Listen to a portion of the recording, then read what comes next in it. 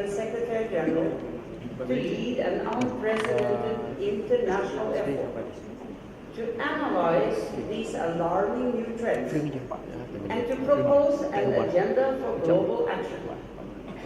It was 1983. The World Commission on Environment and Development, a title we chose to illustrate that our challenge was as much people as nature. We invited a broad global process and dialogue, inviting universities, businesses, industries, civil society, not just governments, to take part in a wide-ranging analysis across all sectors of society and in identifying issues of environment and development concern. In 1987, 30 years ago, we concluded our analysis and gave our recommendations, launched our report, Our Common Future, in London. We called for radical transformation and change in our existing pattern of development in order to protect and safeguard planet Earth and humanity itself. We addressed the threat of climate change and a number of other critical areas of concern to the global community. But mark this, we did not call for zero growth. We were convinced that growth was needed to meet human needs and overcome poverty. But we needed a different pattern of growth, one that could be sustainable. We defined the new concept of sustainable development as a pattern of development that meets the needs of the present without compromising the ability of future generations to meet their own needs. And that was end of quote. Now, this conference is about putting people at the center of development. Yes, this is exactly what we need to do, and exactly what we called for in our common future. However, as we also underline, and as I'm sure this audience is conscious about, this goal needs to be combined with the reality that we all depend on a safe environment and protection of nature. In our report, we made very clear that the only way to safeguard the environment was to secure the rights of all people, women and girls as well as men and boys, and all across the world. In 2015, the world's leaders finally agreed on the Sustainable Development Goals in New York, and later that year in Paris on climate. It had taken 28 years for the world to come together and agree on these fundamental challenges. We now have a global blueprint for action. The reality is that we are in this together, and that had finally now taken hold. We are all responsible to do our part, not only all governments and all private businesses and other actors, but each and every one of us as individuals. Crucially, I believe the fact that the Sustainable Development Goals ended up being applicable to all countries, not just to the developing ones, managed to help bridge serious differences between groups of countries. This also made it possible to bridge difficult gaps in the climate negotiations, and it helped make it possible to have the climate agreement.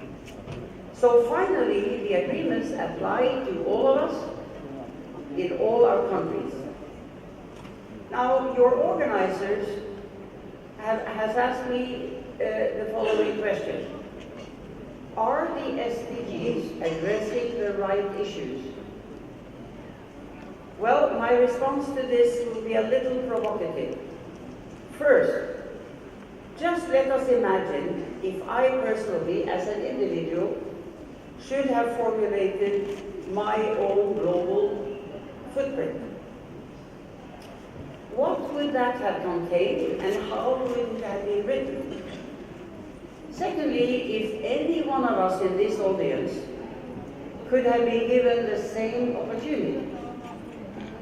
Since none of us would have had the power or the authority to implement our ideal, our personal plans, it would all have been a nice exercise, but basically to no avail. The beauty of what we now have before us is the consensus that has so painstakingly been built over those 28 years. It has required many years of hard work, through strong disputes and frustration, to end up in an agreed framework for action. And having said this, let me also add, I have personally followed and been part of this whole process for decades. I have now and then had reason to celebrate progress and breakthroughs in the direction of my own beliefs, values, and principles, those that I hold dear, and that our report 30 years ago illustrated. Let me mention just some of these examples. There was a really long fight to have gender and the rights of girls and women fully addressed. The same was the case with regard to equality as a common good and a common goal, both between and within countries. It may seem surprising, but it was also a hard struggle to address and place the climate issue as an essential goal in itself within the SDGs, where it clearly belongs. It is one of the 17. And believe it or not, and this was one of the reasons for years and years, energy was being defined as a no-go. Many countries insisting that energy was a so-called national issue held this major factor hostage. The cooperative movement, with your diversified backgrounds and different roles as workers, members, researchers, managers, policymakers, board members, you also cover a broad range of sectors. They range from agriculture, fisheries, banking, retail, industry, and services, housing, insurance, energy, and more. This shows clearly how you are a potential major partner in a number of the most crucial areas we need to address as we implement our goals for 2030. I have also observed that your alliance already has identified a few key areas for action where cooperatives can have the greatest impact. Eradicating poverty, improving access to basic goods and services, protecting the environment, and building a more sustainable food system. They all are indeed crucial points of concern to us all. They do illustrate how we can best work together for our common goals, based on shared values and insights that can promote the common good. I know you have stated cooperatives can reduce poverty in situations where the state and individuals fail. End of quote. It is great that you are identifying potential pledges also in a number of key areas, such as agricultural production, nutritious food, offerings in your stores, jobs, gender parity, health insurance, access to electricity, share of renewables, retail level food waste, and reducing carbon footprint, just to mention some of the important ones. Now, helping build a more sustainable food system, as I see you have been focusing on, in collaboration with FAO, is one of the key areas where we need real change and transformation. Food and agricultural cooperatives have a role to play in eradicating hunger, improving food security and livelihoods of poor rural people. Since this is such a considerable portion of your movement, it certainly can make a difference in people's lives. They help small producers with access to markets, information about food prices, and critical inputs such as seeds and fertilizers, as well as loans.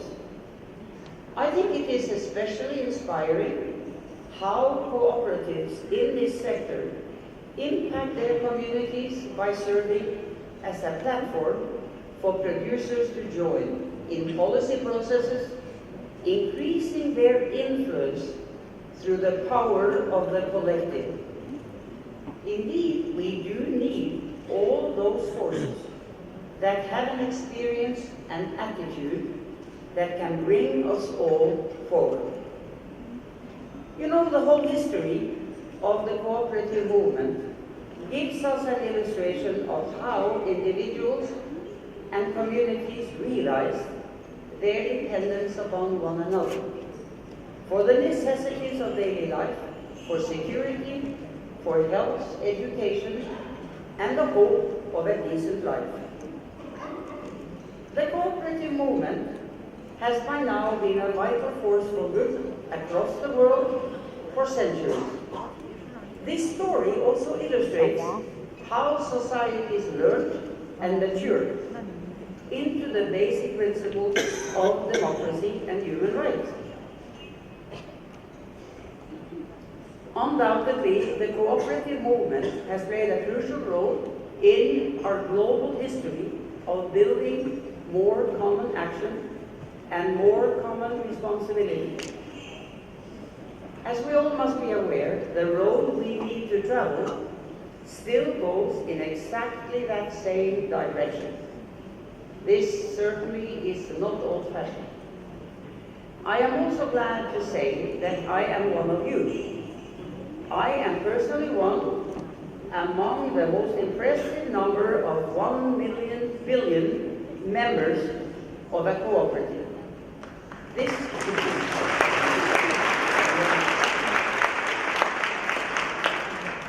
was part of my own upbringing and my family background, its convictions and values in my own country, Norway. Through deliberate collaboration for the common good, our small country, one of the poorest in Europe a century ago, grew to be one of the richest in the world. And dear audience, you know, this had happened already before we found oil under the North Sea in 1969. We are all stakeholders as we look into the future for our children, our communities, and ourselves. Given that cooperatives are people-centered and values-driven, locally owned and managed, they clearly can play a key role as we move forward to implement the Sustainable Development Goals. As we look ahead to 2030, we have enormous challenges ahead of us, although much has also happened during the 30 years since our report. And of course, since the turn of the last century, when the world agreed on the Millennium Development Goals. We have dramatically reduced the proportion of people living in extreme poverty. Life expectancy has increased. More people have access to safe drinking water. Fewer children are dying in infancy, and fewer mothers die while giving birth to new generations. And we have significantly reduced pollution from industries. But one must only look at the headlines to know that problems abound and inequity persists. In an era of astounding wealth, approximately 1 in 10 people still live on less than $1.90 a day. A report released in January by Oxfam found that 8 men own the same wealth as the 3.6 1.6 billion people who make up the poorest half of humanity. Believe it or not. Technology has moved us forward by leaps and bounds, yet a mosquito bite can still kill a child. Industrialization has transformed societies, such as this one, yet environmental destruction continues, and the effects of climate change threaten the world's most vulnerable populations and ecosystems. Now, compounded by ongoing conflict and insecurity in many communities, a record number of people have been forced to flee their homes in search of safety. The forces of inequality and injustice contribute to global instability, which hurt citizens and businesses alike. So while we have made progress, we have not yet reached the just, secure, and prosperous world we call for in our common future. I believe this is the case. Business and society will either rise together or fall together. And in this context, the cooperative sector can inspire a more holistic thinking based on the values and principles it holds. The good news is that I am optimistic we can rise together, but it will require business unusual. An excessive focus on short-term profit has shut hundreds of millions of people out of global progress.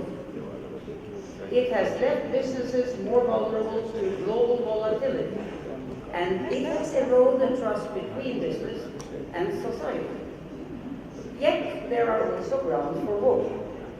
Over the past 30 years, we have seen a whole new and comprehensive body of norms and ethical standards for business. We have the UN Global Compact, to which thousands of businesses around the world have signed up with.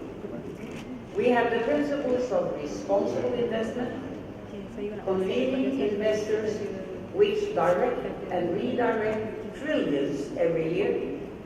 We have new rules on human rights and business, the Global Reporting Initiative, and a set of sustainability reporting requirements, sometimes set by regional stock exchanges, other times laid down by laws regulating annual reporting, such as, for example, in Norway. Responsible leaders recognize that unsustainable practices, which may seem exterior to their own activity, is in fact interior to their wider business opportunity. And over and beyond that, what just referred to, we have ethical rules for different investment funds. A pioneering set of such is the Norwegian Government Pension Fund, also called the Oil Fund. This fund and the ethical guidelines hold 9,000 companies around the world accountable, knowing that being expelled from this fund on ethical grounds will not please their investors. The ethical guidelines of the Oil Fund have become the gold standard, the global one for investment funds, and are being emulated by other funds. So frankly, there is no turning back. The need for private sector engagement is stronger than ever. We cannot solve global challenges without the resources, the expertise, technology, and brain power of all categories of businesses. This was, of course, clearly recognized in 2015 when the UN member states adopted the Sustainable Development Goals and indeed addressed also the cooperative movement. Increasingly, the business community has embraced the pursuit of the Sustainable Development Goals as a social responsibility and indeed as an economic opportunity. Consumers now factor sustainability into their purchasing decisions. Young people as customers and employees demand corporate sustainability, and families that move from poverty to prosperity do open new markets. A recent report from the Business and Sustainable Development Commission found that sustainable business models in four key areas: energy, cities, food and agriculture, and health and well-being, could create US $12 trillion of economic opportunity and generate up to 380 million jobs by 2030. So increasingly, businesses are not merely incorporating sustainability into their existing plans. They are building their plans around it. So what steps could and should the business community take to continue this progress? Well, first, respect human rights of employees, customers, and workers throughout supply chains. When an estimated 168 million children are working instead of learning, when women do not receive equal pay for equal work, or when labor is forced, not free, for millions, it is clear that human rights must be a higher priority on the business agenda. The UN Global Compact and the UN Human Rights Office guiding principles on business and human rights provide important frameworks to protect human rights. So respect for people's human rights is not just part of a social development agenda. It is its essential bedrock. So secondly, address inequalities. Corporate culture has been a key driver of the growing divide between the have and the have-nots. It also has the power to help close that gap. I want to particularly highlight the obligation and opportunity of empowering women around the world. Countries, and you know this for a fact, countries and companies with higher levels of gender equality have faster growth, they have better performance. And companies that support the empowerment of women within and outside their ranks will be on a stronger footing. Third, companies can commit to leading on the Sustainable Development Goals. This includes aligning corporate goals with the SDGs, working across an industry to establish benchmarks and to increase impact, and sharing expertise with governments and with NGOs. And you know, while we can hope that voluntary action by business will help us reach the 2-degree target, I believe that it will not be possible without policies, regulations, taxes, and incentives that can drive change. We have experience with measures that do work. We actually know what we need to do, and we have experience with political leaders prescribing too low doses of the needed medicine. It is crucial for the public and private sectors to come together to measure and price what really matters.